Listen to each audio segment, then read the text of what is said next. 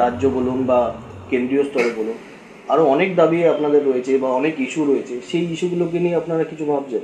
100বার আমাদের এই যে বিজেপি RSS যেভাবে আমাদের ভারতে একটা ধর্মান্ধতার উগ্র ধর্মান্ধতা বা উগ্র জাতীয়তাবাদের একটা প্রচার করে তারা একটা আবেগ তুলছে, হিন্দু আবেগ যেটা তুলে তারা হিন্দু রাষ্ট্র করে দেওয়ার একটা প্রতিশ্রুতি দিয়ে একটা ধোঁকা দিচ্ছে মানুষকে, এবং এই ইস্যুটাকে তারা প্রদান করছে। আমরা এই সাম্প্রদায়িকতার বিরুদ্ধে, ধর্মনিরপেক্ষতার পক্ষে, যুক্তরাষ্ট্রের ব্যবস্থার পক্ষে, এবং আমাদের দেশের যে বহুত্ববাদ আছে সেই বহুত্ববাদটাকে রক্ষার পক্ষে, এবং এই যে সহনশীলতার কথা যেটা আমাদের সংবিধানে লেখা আছে, এই যে ওরা একটা সংবিধানটাকে ওরা পরিবর্তন করে দিতে চাইছে। ওরা চাইছে সংবিধানটা পরিবর্তন করে দিয়ে এখানে এরকম একটা সংবিধান করো যাতে তারা এই যে মানে নরেন্দ্র মোদী বারবার করে বলছেন 400 সিট করতে হবে, এটা কি উন্নয়নের জন্য ভারতবর্ষের? না, উন্নয়নের জন্য না।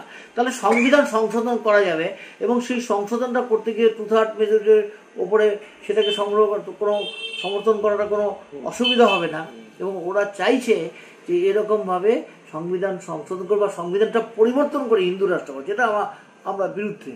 আমরা এটাকে সবসময়তেই আমরা মনে করি, আমরা সবসময়তেই মনে করি ভারতবর্ষে বহু জাতি, বহু ধর্মের, বহু ভাষা, উপভাষা, তার বহু সংস্কৃতির একটা দেশ হচ্ছে ভারত।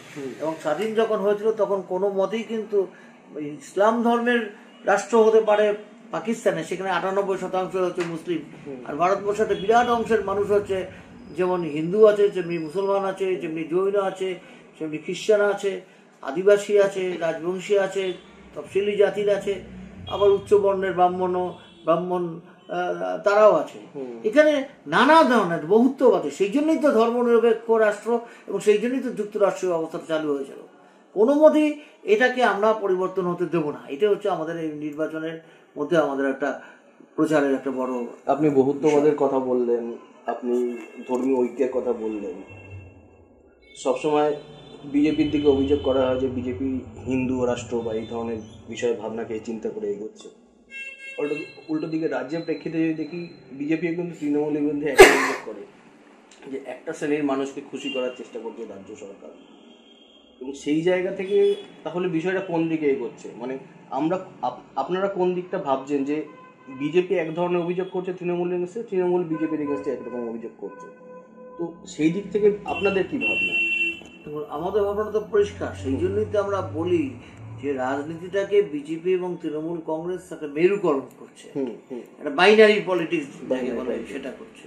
অর্থাৎ যখনই এই বিজেপি যখনই হিন্দুত্বের প্রশ্নটাকে বেশি বেশি করে তুলছে, তখন হচ্ছে মুসলিমদের মধ্যে একটা আতঙ্ক দেখা যাচ্ছে, তারা ইনসিকিউর ফিল করছে, তারাও তখন সংঘবদ্ধ হওয়ার চেষ্টা করছে, এবং তৃণমূল কংগ্রেস এটাকে কাজে লাগাচ্ছে, আর বিজেপি ওটাকে কাজে লাগাচ্ছে। আমরা এই বাইনারি পলিটিক্সের বিরুদ্ধে, আমরা কোনো ধরনের মৌলবাদের পক্ষে, সব ধরনের মৌলবাদের আমরা বিরুদ্ধে।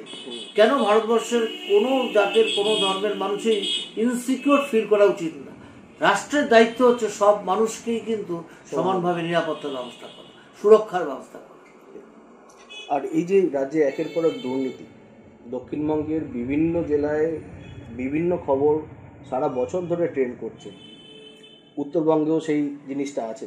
তো এই দুর্নীতির বিষয়টা, একাধিক নেতা মন্ত্রী তারা জেলে গিয়েছেন, জেল খাটছেন, কিছু লোককে দিল্লিতেও নিয়ে যাওয়া হয়েছে, নিয়ে গেছেন। তো এই বিষয়টাকে নিয়ে আপনারা কতটা ইস্যু করছেন? দুটো কথাই আমরা বলছি।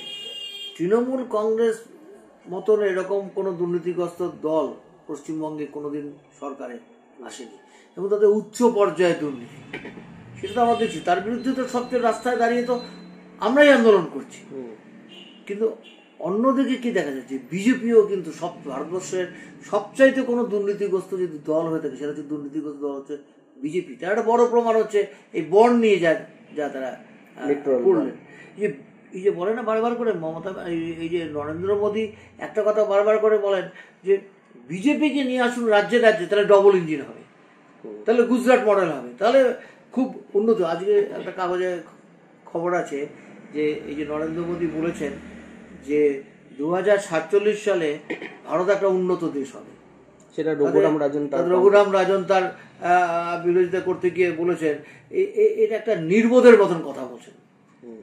ভারতবর্ষে যেখানে শিক্ষায়, উচ্চ শিক্ষাতে সবচেয়ে পিছিয়ে, পরিকাঠামোতে পিছিয়ে, কর্মসংস্থান শ্রমশক্তিটার ব্যবহারই হচ্ছে না, বিরাটভাবে একটা শ্রমশক্তি বৃদ্ধি পাচ্ছে, তারা কোনো কাজই পাচ্ছে না, এরকম একটা ভারতবর্ষের যেখানে অবস্থা, সেখানে তারা 2047 সালে সেখানে আমাদের দেশ উন্নত দেশে পরিণত হবে, এই সমস্ত একেবারে সত্যি কথাটাই বলছে, নির্বোধের মতন কথা। কয়েকদিন আগে ইউএনডিপি একটা রিপোর্ট বেরিয়েছে, সেখানে তো পরিষ্কার তারা বলছে ভারতবর্ষের অবস্থাটা বাংলাদেশ, ভুটান থেকেও তারা পিছিয়ে আছে। এই হচ্ছে ভারতের অবস্থা।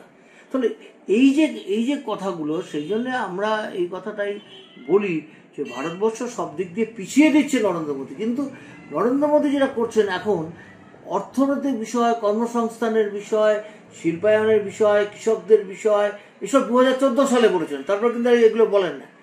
এখন শুধু একটা কথাই বলছেন, তিনি মনে করেন যে যত বেশি, আমি এই যে বলছেন না, আমাকে ঈশ্বর পাঠিয়েছেন এটা এই কাজটা করতে। আমি ইয়েতে নেমে গিয়ে, এই যে ময়ূরপুচ্ছ হয়ে সমুদ্রে নেমে গিয়ে উনি দ্বারকা দেখে এলেন। এই যে মানুষকে বোকা বানাবার চেষ্টা করা, মানুষের কাছে এই ধরনের কতগুলো একটা মিথ একটা তৈরি করা এদের সম্পর্কে, এবং এইগুলি করে তিনি ভোট নেওয়ার চেষ্টা করছেন, হিন্দু রাষ্ট্রের কথা বলে ভোট নেওয়ার চেষ্টা করছে। কিন্তু উন্নয়নের কাজ, অর্থনৈতিক উন্নয়ন, সামাজিক উন্নয়ন, শিল্পায়ন, কৃষকদের উন্নয়ন, এই সমস্ত তার এজেন্ডায় নেই তো।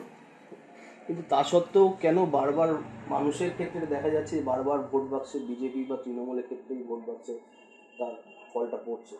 না, পশ্চিমবঙ্গে তো তৃণমূলও পাচ্ছে, বিজেপিও সিট পাচ্ছে। গত বিধানসভা নির্বাচনেও তৃণমূল জিতেছে, বিজেপি এখানে এনেছে। সেই জন্য আমরা একটা কথা বলেছি, যে আমরা বলেছি যে ভারতবর্ষে সবচাইতে বড় বিপদের দিকটা হচ্ছে এখন গণতন্ত্রের পক্ষে। গণতন্ত্র এখানে বিপন্ন। ভারতে একটা ফ্যাসিবাদের পদধ্বনি শোনা যাচ্ছে, এবং ভারতবর্ষের যারাই এই সরকারের বিরুদ্ধে কথা বলবেন তাদেরকে দেশদ্রোহী বলা হচ্ছে, না হলে আরবান নকশাল বলা হচ্ছে, না হলে টুকরে টুকরে গ্যাংয়ের কথা বলা হচ্ছে, এবং এইরকম ভাবে মানুষের মধ্যে একটা আতঙ্কের সৃষ্টি করা হচ্ছে। এবং এই যে একটা যুক্তিবাদের কথা বলবে, গৌরী লঙ্কেশকে যে খুন করা হলো, তিনি যুক্তির কথা বলছিলেন বলে। কালবুর্গিকে কেন খুন করা হলো, তিনি যুক্তির কথা বলেছেন। এরা কখনো যুক্তিটাই তারা মানতে চায় না, বিজ্ঞানকে তারা মানতে চায় না, কুসংস্কার আচ্ছন্ন করতে চায় আমাদের দেশটাকে। এই যে বিষয়গুলো আমরা দেখছি, তার ফলে কিন্তু এইগুলি কথা বলে বিজেপি একটা ভোট নিচ্ছে। সেই জন্যেই আমরা বলেছি, যারাই গণতন্ত্রে বিশ্বাস করে, যারাই ধর্মনিরপেক্ষতায় বিশ্বাস করে, যারাই যুক্তিবাদে বিশ্বাস করে, যারা বহুত্ববাদে বিশ্বাস করে, সহনশীলতা বিশ্বাস করে, এইরকম রাজনৈতিক দল যতগুলো আছে সবগুলোকে এক কাট্টা করা উচিত।